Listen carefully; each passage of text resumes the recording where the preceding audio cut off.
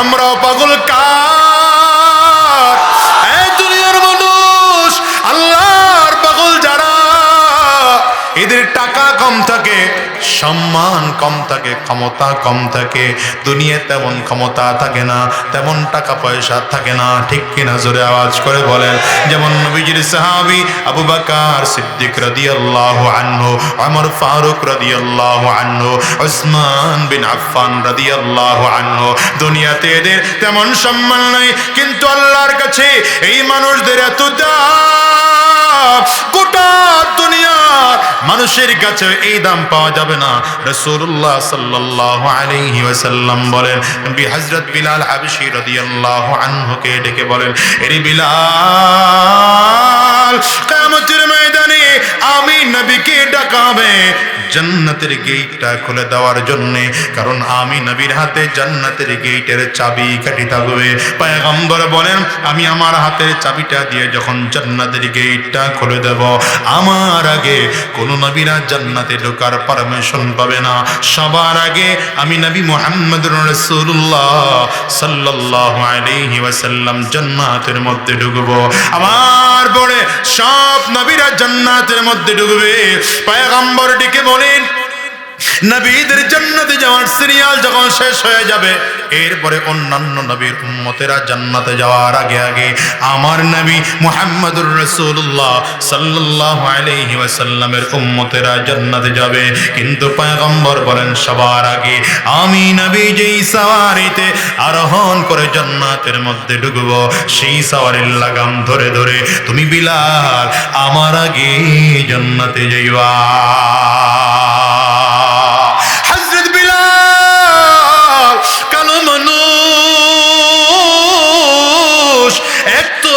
গোলাম বাবা দাদা হযরত বিলালের গোলাম, কিন্তু আমার নবীর কাছে এই গোলাম এমন এমন এমন দাম হযরত বিলালের। পয়গম্বর বলেন, আমি নবী যেই সওয়ারিতে আরোহণ করে জান্নাতে ঢুকবো, সেই সওয়ারির লাগাম ধরে ধরে তুমি আমার আগে জান্নাতে যাইবা।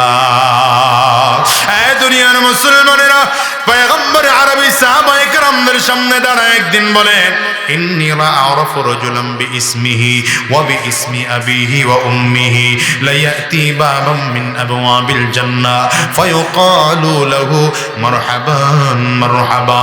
পয়গম্বর বলেন, আমি এমন একজন লোকের নাম জানি, তার বাবার নামটাও জানি, তার মায়ের নামটাও জানি, বংশ পরিচয় আমি নবী ভালো করে জানি। এই লোকটা যখন কিয়ামতের ময়দানে জান্নাতের গেট দিয়ে ঢুকতে থাকবে, জান্নাতের 8টা দরজা একসাথে খুলে ফেরেশতারা লাল গালিচা বিছাইয়া কাতার করে দাঁড়ায় যাবে। আল্লাহর বান্দা যখন জান্নাতের গেট দিয়ে ঢুকতে থাকবে, ফেরেশতারা মারহাবা মারহাবা বলে নিমন্ত্রণ জানাবে। সাহাবায়ে কেরাম অপেক্ষায় আছেন, কেমন দামি মানুষ, আমরা একটু তার নামটা জানতে চাই। নবী আমার তার নাম বলেন না। পয়গম্বর আরবের সামনে দাঁড়ায়া হযরত সালমান ফারিসি রাদিয়াল্লাহু আনহু বললেন, পয়গম্বর এমন দামি মানুষটাকে আমরা একটু তার নামটা জানতে চাই। নবী আমার ডেকে বলেন, নামটা জানতে চাও? তাইলে জেনে নাও, লোকটার কেউ নয়, লোকটা আমার সাহাবী আবু বকর। আল্লাহু আকবার, জোরে বলেন। ফজরের নামাজের পরে একবার সাহাবায়ে কেরামদের সামনে দাঁড়াইয়া নবী আমার ডেকে বলেন, ইন্নী রাআইতু কসরান ফি নাওমি। সাহাবীরা, আমি আজকের রাতে স্বপ্নের মধ্যে একটা দামি বিল্ডিং দেখলাম। দামি বিল্ডিংটা 4টা দেওয়াল দিয়ে তৈরি করা হয়েছে। এর মধ্যে একটা দেওয়াল জবরদস্ত পাথর দিয়ে তৈরি করা, একটা দেওয়াল ইয়াকুত পাথর দিয়ে তৈরি করা, একটা দেওয়াল স্বর্ণ দিয়ে তৈরি করা, একটা দেওয়াল মণিমুক্তা দিয়ে তৈরি করা। নবী আমার বলেন, এই দেওয়ালগুলো তৈরি করতে গিয়ে মাঝখানে কোনো বালু আর সিমেন্ট ব্যবহার করা হয় নাই, মাঝখানে ব্যবহার করা হয়েছে মিশক আর আম্বর, নিচের ফ্লোরটা বানানো হয়েছে জাফরান দিয়া। নবী আমার বলেন, এত দামি বিল্ডিং দেখে জিজ্ঞাসা করলাম, লিমান হাদা, এত সুন্দর ঘরটা ঘরটা কার? একজন এসে বললেন ফাতাম মিন কুরাইশ, এটা কুরাইশ বংশের একজন যুবকের। নবী আমার বলেন যানানতু ইন্নী মিন কুরাইশ ওয়া ইন্নাহু লি, আমি মনে মনে চিন্তা করলাম আমিও তো কুরাইশ বংশের একজন যুবক, তাইলে মনে হয় জান্নাতের বাড়িটা আমার জন্য বরাদ্দ করা। পয়গম্বর বলেন চিন্তা করে এক কদম দুই কদম সামনে বাড়াইলাম, হঠাৎ করে আল্লাহর ফেরেশতা এসে সামনে দাঁড়ায় বললেন পয়গম্বর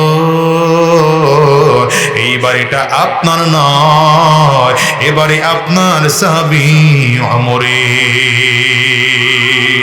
নবী আমার ডেকে বলেন ওসমান ইন্না লিকুল্লি নাবিয়্যিন রাফীকুন ফিল জান্নাহ ওয়া আনতা রাফীকি ফিল জান্নাহ। আরে ওসমান, আমার আল্লাহ তাআলা জান্নাতের মধ্যে সব নবীদেরকে একজন সাথী দেবেন, সঙ্গী দেবেন, বন্ধু দেবেন। জান্নাতের মধ্যে আমি নবীজির সাথী সঙ্গী যে হবে সে আর কেউ নয়, সেই হবে তুমি ওসমান। নবীজি ডেকে বলেন আরে আলী, জান্নাতের মধ্যে আমার বাড়িটা যেখানে হবে, আমার বাড়ির বরাবর সামনেই হবে তোমার বাড়ি। হযরত আলী রাদিয়াল্লাহু আনহু বলেন পয়গম্বর আমার বাড়িটা আপনার বাড়ির সামনে হবে না পেছনে হবে, আমার সেটা জানার বেশি প্রয়োজন না, আমার বেশি জানার দরকার নবীজি।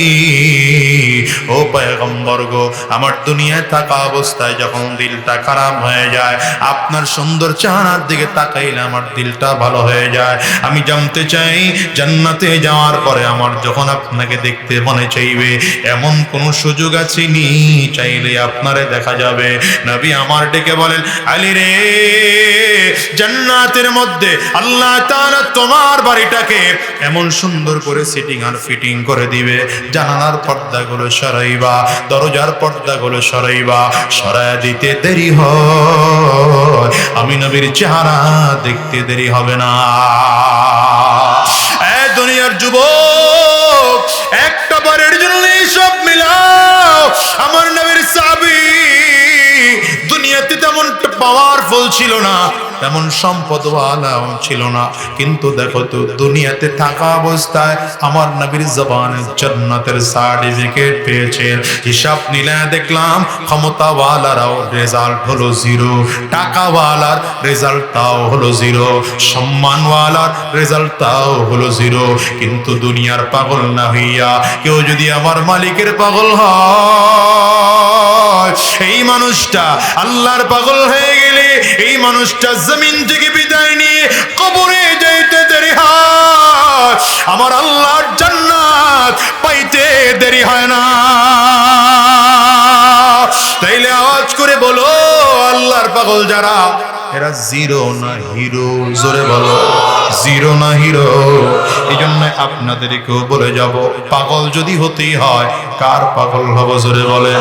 মহাব্বত যদি কারো করে যায় ঢুকাতেই হয়, কার মহাব্বত করে যায় ঢুকাবো? আঙ্গুলটা উঁচা করে চিল্লায়া বলেন, আর জোরে আঙ্গুল উঁচা করে চিল্লায়া বলেন আল্লাহ। আর জোরে আওয়াজ দিয়ে বলো আল্লাহ। কলিজার মধ্যে দুনিয়ার মহাব্বত বাদ দিয়ে দাও, কলিজার মধ্যে আল্লাহর মহাব্বত করে যায় ঢোকাও। এই জন্য রব বারবার করে ডেকে বলেন ওয়াল্লাযীনা আমানু আশাদ্দু হুব্বান লিল্লাহ। ঈমানদার কে জানো? আমার আল্লাহ তাআলা বলেন ঈমানদারেরা আমি আল্লাহকে দুনিয়ার সব থেকে বেশি ভালোবাসি। ওদিকে রাহমাতুল লিল আলামিন বলেন লা ইউমিনু আহাদুকুম হাত্তা আকুনা আহাব্বা ইলাইহি মিন ওয়ালিদিহি ওয়া ওয়ালাদিহি ওয়ান নাসি আজমাইন। নবী আমার ডেকে বলেন দুনিয়ার মানুষ শোনো, ঈমানদার যদি হতে হয় তাইলে তোমার বাবার চেয়ে, তোমার মায়ের চেয়ে, তোমার সন্তানের চেয়ে, তোমার পরিবারের চেয়ে, ভিন্ন হাদিসে বলেন এমনকি তোমার নিজের জীবনের চেয়ে আমি নবীকে বেশি ভালোবাসো। এই দুইটা কলিজার মধ্যে যদি মহাব্বত ঢুকাইতে পারো, এক মহাব্বত হলো আমার আল্লাহ পাকের মহাব্বত, দ্বিতীয় মহাব্বত আমার নবীর মহাব্বত, দুই মহাব্বত কলিজায় ঢুকায় যদি বিদায় নিতে পারো, তোমার থেকে দামি মানুষ আল্লাহর জমিনে আর কেউ না। বলো কলিজার মধ্যে এক নম্বর মহাব্বত থাকবে কার? জোরে চিল্লায়া বলো কার? দ্বিতীয় নম্বর করে যে মোহাব্বত থাকবে আমার নবীর। হ্যাঁ, দুনিয়ার টাকা পয়সা দরকার নাই, না হলেও অসুবিধা নাই, ক্ষমতা নাই, না হলেও অসুবিধা নাই, কলিজায় যদি আমার নবীর মোহাব্বত থাকে, আমার আল্লাহ পাকের মোহাব্বত থাকে, আর কিছুই লাগে না। ওই যে তাকায় দেখো না সাহাবায়ে কেরামদের অবস্থা কেমন। মেরাজে যেদিন আমার নবী রওনা করলেন, হিজরতের রাতে যেদিন রওনা করলেন, আবু বকর সিদ্দিক রাদিয়াল্লাহু আনহু আমার নবীর একবার ডানে হাঁটে, আরেকবার বামে হাঁটে, আরেকবার সামনের দিকে আগায়, আবার পেছন দিকে আগায়, এমনি করে করে আবার নবীর ডানে বামে সামনে পেছনে পেছনে ঘুরতেছে। রাহমাতুল লিল আলামিন আবু বকর সিদ্দিক রাদিয়াল্লাহু আনহুকে বারবার করে ডেকে বলেন, এই আবু বকর, একবার তুমি ডানে যাও, একবার তুমি বামে যাও, আবার সামনে যাও, আবার দৌড়ে পেছন দিকে যাও কেন? আবু বকর সিদ্দিক বলেন, নবী আমার মনে বড় ভয়, কাফির মুশরিকরা আপনারে জমিন থেকে বিদায় করার জন্য চারিদিক থেকে হা করে তাকায় আছে, কোন দিক থেকে যেন আক্রমণ করে ফেলে। আমার মনে ভয় হয় না জানি ডান দিক থেকে কাফিররা আক্রমণ করে, দৌড়ায় আবার ডান দিকে চলে যায়। আবার মনে ভয় হয় না জানি বাম দিক থেকে কাফিররা আক্রমণ করে, এই জন্য দৌড়ায় আবার বাম দিকে চলে যায়। আবার মনে ভয় হয় না জানি সামনের দিক থেকে কাফিররা আক্রমণ করে, এই জন্য দৌড়ায় আবার সামনের দিকে চলে যায়। আবার পেছন দিক থেকে না জানি কে আক্রমণ করে, এই ভয়ে আবার পেছন দিকে চলে যায়। আমার আবু বকর সিদ্দিক রাদিয়াল্লাহু আনহু বলেন, আমার মনের চিন্তা হলো যদি কোনো কাফিররা আক্রমণ করে তীর মারে, তীর যেন আমি আবু বকরের গায়ে লাগে, আপনি নবীর যেন কোনো ক্ষতি না হয়। এর নাম মুহাব্বত, এর নাম আশিক। দেখো তো নবীজি যখন জমিন থেকে বিদায়, আমার নবীকে দাফন করা হয়ে গেল। ফজরের নামাজের সময় হযরত বিলাল হাবশী রাদিয়াল্লাহু আনহু নামাজের মধ্যে আসলেন। আবু বকর সিদ্দিক রাদিয়াল্লাহু আনহু দাঁড়ায় ইমামতির মুসাল্লায় নামাজ পড়ায় দিলেন। নামাজ শেষ করে পেছন দিকে ফিরতে দেরি হয়, হযরত বিলাল হাবশী আস্তে করে হাত বাড়ায় দিলেন, ভাই আবু বকর, সফরের সামান রেডি করে ফেলেছি, অনুমতি দেন, আর মদিনায় থাকবো না, মদিনা ছেড়ে চলে যাব। হযরত আবু বকর সিদ্দিক রাদিয়াল্লাহু আনহু বলে, কিরে বিলাল, কেন মদিনা ছেড়ে যাইবা? অভাব কি তোমার বলো? সাহাবায়ে কেরাম বারবার করে ডেকে বলেন, বিলাল রে, সমস্যা কি তোমার বলো? হযরত ওমর ফারুক ডেকে বলেন, বিলাল রে, নবী নাই এমনিতেই কলিজাটা ফাঁকা ফাঁকা লাগে, তবে তোমার কণ্ঠের আওয়াজ শুনলে অন্তত মদিনায় মসজিদে নববীতে আমার নবীর নিয়োগ প্রাপ্ত মুয়াজ্জিনের আযান শুনতে পাই, দিলে অন্তত এতটুকু সান্ত্বনা দেওয়া যায়। হযরত উসমান ডেকে বলে, ভাই, হয়তো নবীজির কাছ থেকে সম্পদ নিয়ে নিয়ে চলতা, আজকে নবী নাই, কার কাছ থেকে সম্পদ নিয়ে নিয়ে চলবা? এই জন্য বুঝি মদিনা ছেড়ে যাও। তুমি যদি বলো আমার সম্পদ থেকে তোমার কিছু সম্পদের মালিক বানায় দেব। আবু বকর সিদ্দিক বলেন, বিলাল রে, তুমি তো মসজিদে নববীর মুয়াজ্জিন, যদি তুমি বলো মসজিদে নববীর মুয়াজ্জিন হিসেবে বাইতুল মাল থেকে ভাতা নির্ধারণ করে দেব। আবু বকর সিদ্দিক রাদিয়াল্লাহু আনহুর প্রস্তাব শুনে হযরত বিলাল চোখের পানিগুলো ফেলে ফেলে কান্না করেন, আর ডেকে বলেন, ভাই, আমি কেন মদিনা ছেড়ে যাইতে চাই জানো? আজকে আমার নবী মদিনায় নাই। আমার নবী যতদিন মদিনায় ছিলেন, আমি আমার নবীর সামনে সামনে চলতাম, আমার নবীর জন্য পাহাড়িয়া রাস্তা থেকে পাথরগুলো সরায়া সরায়া নবীর জন্য রাস্তা তৈরি করে দিতাম, কাঁটাগুলো সরাইয়া সরাইয়া আমার নবীর জন্য রাস্তা তৈরি করে দিতাম। আজকে নবী নাই তো কার জন্য রাস্তা দিয়া কাঁটা সরাইব? আমি যখন দূর থেকে তাকায় দেখতাম নবীজি আমার কাছে আসতেছে, মসজিদে নববীর দরজার সামনে দাঁড়ায় যাইতাম, নবীজি দরজাটার সামনে এসে জুতা মোবারক খুলে আমার নবী মসজিদের মধ্যে ঢুকবে, আমি আমার নবীর জুতা দুইটা বুকের সাথে লাগায়া একটু নিজের সান্ত্বনা দেব। আজকে নবী না, কার জুতো আমার বুকের মধ্যে লাগাবো। এই জন্য আমি আর থাকবো না। সাহাবায়ে কেরাম ডেকে বলে, বিলাল তুমি একাই কি নবীরে ভালোবাসো? আমরা কি ভালোবাসি না? হযরত বিলাল ডেকে বলেন, না তোমরাও ভালোবাসো, আমিও ভালোবাসি, কিন্তু হয়তো তোমরা আমার নবীজির রওজার দিকে তাকাইলে সহ্য করতে পারো। আমি যখন আমার নবীর রওজার দিকে তাকাই,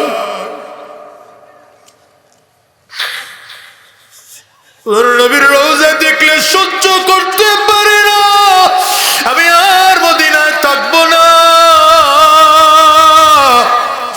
আমারে বিদায় দাও, মদিনা ছেড়ে যাব। হযরত বিলাল চলে গেলেন মদিনা ছেড়ে, সিরিয়ার দামেস্ক এলাকায় চলে গেলেন লম্বা সময়। আর মদিনায় হযরত বিলাল রাখতে পারলেন না কেউ। 6 মাস হয়ে গেল। 6 মাস যাওয়ার পরে আমার নবীকে হযরত বিলাল স্বপ্ন দেখে নবীজি ডাক দেয়, বিলাল আমার কবরের সামনে তো সবাই দাঁড়ায়, আমি নবীর রওজার সামনে আবু বকর দাঁড়ায়, উসমান দাঁড়ায়, আলী দাঁড়ায়, এই সব তো দাঁড়ায়, তুই বিলাল তুই কেন দাঁড়াও না? তোর কি আমি নবীর কবরটুকু দেখতে মনে চায় না? ঘুমটা ভেঙে পাগলের মতো করে হযরত বিলাল মদিনার দিকে দৌড়ায়, মদিনার গলি দিয়ে দিয়ে দৌড়াইতেছে। মাসুম বাচ্চাগুলো হযরত বিলাল দৌড়ানো দেখে চিল্লায় চিল্লায় কান্না করে, আর মায়ের কাছে গিয়ে ডাক দেয়, মা জানো মনে হয় নবীজি 2-1 দিনের মধ্যে মদিনায় আসবে। বাচ্চাদের মায়েরা ডেকে বলে, কেন? বলে, দেখেছি বিলাল ফিরে আসছে। মাগো, নবী যাওয়ার পরে তো বিলাল চলে গিয়েছিল, বিলাল ফিরে আসছে, তার মানে আমার নবীজিও বুঝি 2-1 দিনের মধ্যে ফিরে আসবে। হযরত বিলাল এসে আমার নবীর রওজার পাশে দাঁড়ায় দাঁড়ায় ডাকে, পয়গম্বর গোলাম রে ডাক দিয়েছেন, গোলাম তো এসে আপনার রওজার পাশে হাজির। গোলাম রে ডেকেছিল, গোলাম এসে হাজির। সাহাবায়ে কেরাম সব এসে ভিড় করেছে। বিলাল কতদিন হয়ে গেল তোমার কণ্ঠে আজান শুনি না, একটু কি আজান দিয়ে আমাদেরকে শোনাইবা? হযরত বিলাল ডাক দেয়, না আমারে আজান দিতে হইল না, আগে আজান দিলে তো আমার নবীজি ইমামতি করতে, এখন আজান দিলে তো আর আমার নবী ইমামতি করবেন না, এমন আজান আমি বিলাল দিতে পারবো না। হযরত বিলাল বারবার করে না করলে 2 ভাই এসে হাসান আর হুসাইন রাদিয়াল্লাহু আনহুমা দৌড়ায় এসে হযরত বিলালের জামার আস্তিন ধরে ধরে টানে আর বলে, নানার মুয়াজ্জিন কতদিন হয়ে গেল তোমার কণ্ঠে আজান শুনি না, একটু কি আজান দিয়ে আমারে শুনাইবা? 2 ভাইয়ের কণ্ঠের আওয়াজ শুনে হযরত বিলাল কান্না বন্ধ করে দিয়ে তাকায় দেখে 2 ভাইয়ের চেহারার সাথে মনে হয় যেন আমার নবীর চেহারার একটা মিল খুঁজে পাওয়া যায়। হযরত বিলাল আর কোনো কথা না বলে আজান দেওয়ার জন্য দাঁড়াইলেন। আল্লাহু আকবার, আল্লাহু আকবার, আশহাদু আল্লা ইলাহা ইল্লাল্লাহ। আজানের শব্দ শুনে মদিনার সব মানুষগুলো দৌড়ায় মসজিদে চলে আসছে। শুধু তাই নয়, বাচ্চাগুলো মায়ের কাছে গিয়ে ডাক দাও, মা কাপড় পরা দাও, নতুন করে জামা পরায় দাও। দেখো না বিলাল আজান দেয়, মনে হয় মসজিদে নববীতে আমার নবী ইমামতির মুসল্লায় দাঁড়াবে। বাচ্চারা দৌড়ে আসছে, সব সাহাবায়ে কেরাম দৌড়ায় দৌড়ায় আসলে হযরত বিলাল হাবশী আজান দিচ্ছেন। আজান দিতে দিতে যখন বললেন আশহাদু আন্না মুহাম্মাদুর রাসূলুল্লাহ, হঠাৎ করে হযরত বিলাল চিৎকার দিয়ে বেহুশ হয়ে জমিনের মধ্যে পড়ে গেল। লোকজন সব দৌড়ে আসছে, বিলাল কি হলো তোমার বলো? হুশ নাই।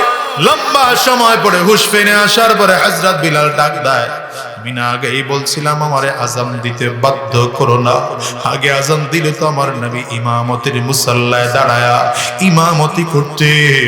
আজকে আজান দিলাম বুঝি আমার নবী ইমামতি করবেন না, এই জন্য যখনই আমার নবীর কথা বললাম আর হুঁশ রাখতে পারি না, বেহুশ হয়ে জমিনে আমি পড়ে গেলাম। এই দুনিয়ার মুসলমান, ভালো করে একটু হিসাব মিলায় দুনিয়া থেকে বিদায় হও। আজকের এই মাহফিলটার মধ্যে যারা এসছো, মালিকের মুহাব্বত খুলে যায় ঢোকায় জমিন থেকে বিদায় হও। নবীর মুহাব্বত করে যায় ঢোকায় জমিন থেকে বিদায় হও। গুনাহ যদি করে থাকো তাইলে আমার মালিকের কাছে চোখের পানিগুলো ফেলে ফেলে কান্না করো আর বলো, আল্লাহ যতদিন এই জমিনে থাকবো আর গুনাহের রাস্তায় কদম বাড়াবো না, শয়তানি রাস্তায় কদম বাড়াবো না, হারাম রাস্তায় আর চলবো না। যতদিন এই জমিনে থাকবো তোমার গোলামি করব। এই কথা বলে ওয়াদা করতে কারা কারা তৈয়ার আছো? দুইটা হাত উঁচা করে আমার আল্লাহরে দেখাও। আওয়াজ দিয়ে চিল্লায় জোরে ডাক দাও আল্লাহ, আরো জোরে আল্লাহ, চিল্লায়া ডাক দাও না আল্লাহ। দয়ার মালিক, ওয়াদা করলাম হারাম রাস্তায় আর চলবো না, শয়তানি রাস্তায় চলবো না, গুনাহের পথে চলবো না। যতদিন এই জমিনে থাকবো তোমার গোলামি করব, নবীজির সুন্নাহ অনুসরণ করে করে চলবো। আল্লাহ তুমি কবুল করে নাও, কবুল করে নাও। চিল্লায় বলো আমিন, আরো জোরে বলো আল্লাহুম্মা আমিন। হাতগুলো তুলে রাখেন, নামায়েন না। এ হাত দিয়ে কেউ মাকে কবরে রেখেছেন, কেউ বাবাকে কবরে রেখেছেন, এ হাত দিয়ে কেউ কাবার গিলাফ ধরেছেন। আজকের হাত দিয়ে আমরা একটা ছোট্ট নেকের কাজ করব।